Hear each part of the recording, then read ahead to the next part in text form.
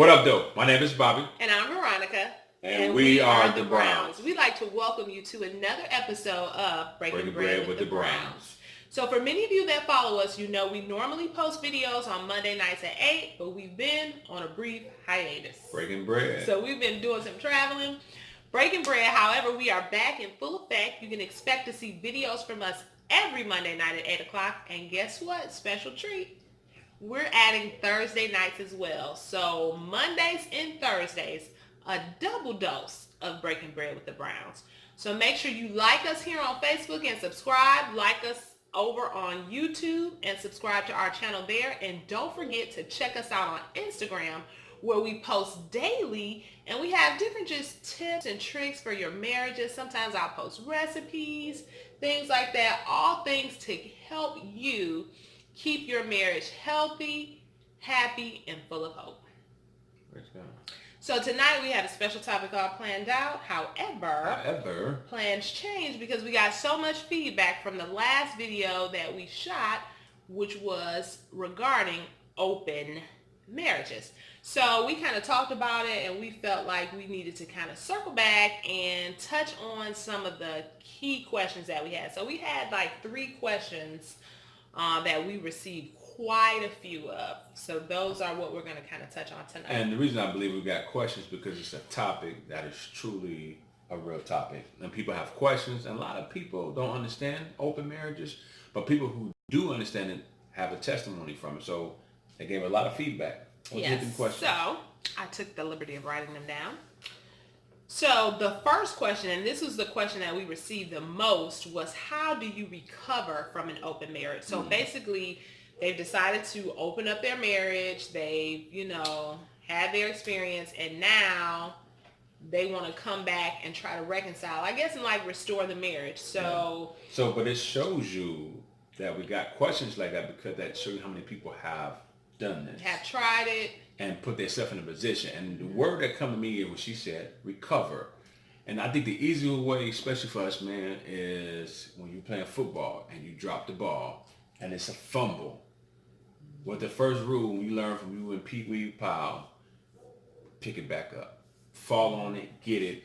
So when you, and this called a recovery. So if you're drop the ball, all you have to do is pick it back up or get back on the ball. Understanding that even though it happened, there's still hope. Because as long as that you have faith and you have a desire to recover, it can happen. Yeah, I think the main thing is that, one, the bonus is that you recognize that, hey, this was not the best decision. Yeah. So that's the first step. Obviously, you see that it affected your marriage negatively. Yeah. Because the majority of the questions were, how do we bounce back, Veronica? How do we kind of get back on the path that we were on before we decided to venture off into this? So for those of you that are even thinking about experiencing this, we got tons of questions. That lets us know, hey, not only are people doing this, but it's damaging, marriages. But to God be all the glory, these people are still married and they want to try to restore it and get it back to where it was. So we're going to give you about 4 key tips or things that you can do to restore your marriage or to recover from it.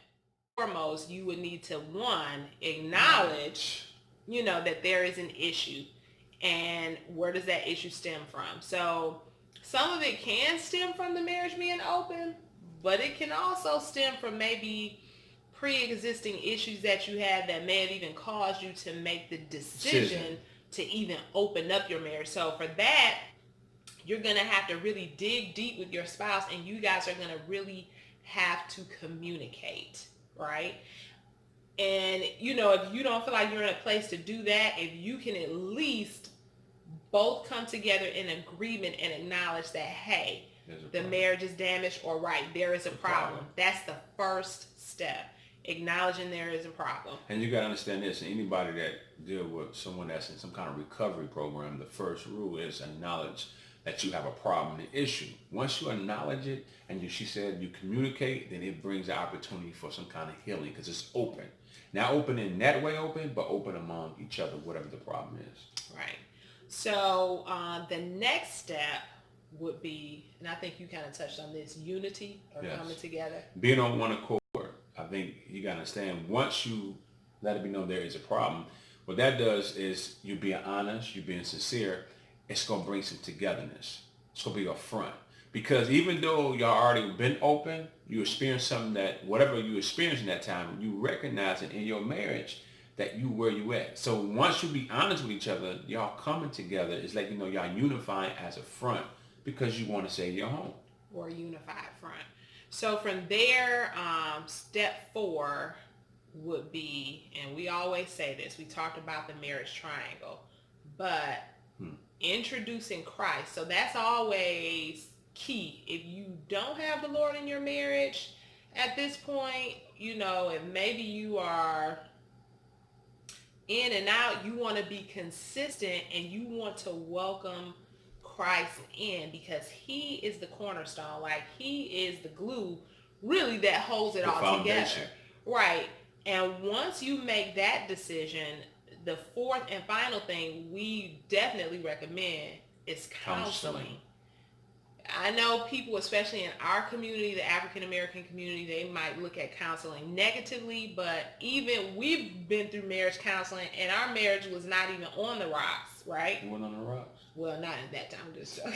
It wasn't, you know, we weren't having marital issues, but it blessed our marriage. We did, but I'm saying it blessed our marriage so much. Yeah. And even now, because our pastor and first lady are the bomb counselors, and I mean, they are like, this is what they do. We are so blessed to even be under their leadership. Yeah. And just to have so many couples around us, which is what prompted us to even start this channel. But we sometimes now, like, do we need to go try to have a counseling session just to help further strengthen and just having, you know, someone there to listen and help you navigate those issues? I mean, it's very beneficial. But it's like she said, the first is having the Lord in the marriage. Yeah. You need a conviction. So in other words, by him being the glue, he's going to bring that conviction. God's word is going to let you understand what you're living by. It's the standard. And also, counseling is keep it real. If you can let somebody hold up the body in your marriage, you can let a counseling. You can let a counseling in your marriage. In other words, you got to be open in the right way. There's nothing wrong with being open, because your heart got to be open for the Lord in. But you got to let it open in that way, because if we try this way and we put 2 legs, 2 arms, and a whole body, and somebody might have more than that, well, guess what? You need to have something that's greater than that. That will give you some sound counsel, be sincere, transparent, and bring a balance into your marriage, because a person got to be neutral. That ain't going to believe on both sides. They're going to give you what God's word is saying. And it's very important that you need that. So the second question that we received. We got a lot of questions. So, yeah. But let's circle back. So, how to recover from it if you've opened up your marriage. 1, acknowledge that there's an issue. 2, come together in agreement. 3, seek Christ. And 4, find a good marriage counselor. So question number 2, well, my spouse wants to open up our marriage, but I don't. So we got that one a lot. I mean, 'cause that's real. People are, I think we're going off experiences, and a lot of times people go off what somebody else did. So this is the part of the time in society we're living in. People seeing things on YouTube, people seeing things on Facebook, or they just going off videos, and everything now is selling sex. And then even the movies, everything you watch got some kind of borderline temptation or some borderline openness, and people are trying. So a couple of key things for this, there were about 3 things that we pulled out, and 1 was you and your spouse have to come together on one accord and have a mutual understanding of the boundaries within your marriage and a mutual respect. Yeah. Because if I tell Bobby, like, I am not comfortable doing something, he's not going to move forward to do it. And vice versa. If he's like, Veronica, I just don't feel like we should do this, I would say, okay, then we don't need to move forward. Just like what I do the other day, I'm just going to let that go right there. Okay. Moving right along. Number 2 was the why. So this kind of even goes back to the other question. You have to do some soul searching, right? And some digging and communicating with your spouse, especially the spouse that wants to open up the marriage. Why? You Should be know, satisfied for what you have. yeah, why do you want to open up the marriage? Why do you feel like we should do this? You know, what is the underlying cause? And this again would be a good point. Like if you can't uncover those issues, like when you communicate, this would be a good point to say maybe we need to go to counseling. And a lot of times Right? it's past experiences Yep. that people have had before they got married that caused them to want to be in that place, to be open, or just being curious. They want to feed that monkey, and you got that itch, and you thinking this might be helpful. And if the other person is curious, and the other person is not, I mean, that's going to bring a lot of friction in a lot of different ways. And I believe it's a reflection of the marriage itself. And that is something else that you kind of need to think about, that you said, like what past experiences, which is why it's really key. I know a lot of us, we did not, you know, we had previous partners, unfortunately. But that is really why you should wait, because when you come into a marriage, you are bringing all of those past experiences that you've had with other people. And when you're trying to come together with your spouse, you have to kind of weed all that out, right, and tone that out to create your own experience. And sometimes that can be difficult, which is another reason we always want to go back to the Lord. Like you have to have him. He can help you through that. And then we also have to be very mindful of what we are watching. You are what you eat. Yeah, letting into our marriage. So pornography, even different TV shows nowadays, like promote that. What you're letting enter into your thoughts, which will further can enter into your heart and bring, plant seeds of unnatural desires. Right. And I think that's the thing. If you're not grateful and staying humble, once you start getting exposed to other things, it's just a matter of time for it to start to affect you. That's the truth of it. Yeah, and you're always just being in a marriage. You're married to the same person. I get it. I think I said this the last time. You're going to see people, that are going to be attracted to you. Again, I have not looked at nobody that I feel like that I'm attracted to. Way. That is normal. That is normal because you're a human. You still have eyes. You know what I'm saying? You're still going to see other people. You're still going to see other people that you're going to be attracted to. Those things are natural, but it's what happens. So who you saying you've been attracted to?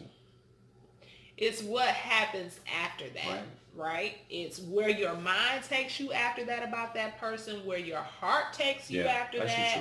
I mean, and not trying to cut you. Not what she said was where your mind takes you, because as soon as you see it, it's the brain, it's your thoughts that make the things that manifest. Mm-hmm. It's like you got to be able to see it and just dump it. If you see it and you hold on to it, and sometimes what's so amazing is that we will fumble home and don't want to pick it up, but we will literally fumble somewhere else and want to pick it up. So once you see what you're looking at, you don't want to pick that up. You don't even want to put that into your bosom, because once you put it there, it's like an ongoing, and that monster, little fox and stuff begin to grow. That monkey begin to get fed. And I hate to say it, I ain't trying to sound funny, but I've seen brothers go there just for looking at yoga pants. Everybody wearing yoga pants. Ain't nobody doing no yoga. But what happens is everybody went to the matrix with these yogas, and you seeing yoga pants. I don't care if you in church or if you in this grocery store. People are everywhere, but it's how, and it's perception of the yoga pants, and it's going places. And I think that's a part of the temptation. That, and even though small that is, if you got grounded, if you can't endure yoga pants, you sure ain't gonna be able to do it anything else. It's just the truth. Temptations forever come at us all day. It's just like even if a guy walk around with a snug shirt or something in general, it's how you view it, how perception, how you receive it. So our third and final question is why pickles? So everybody's like, why did y'all use pickles? Well, first of all, the only reason I use pickles because that was in the pantry.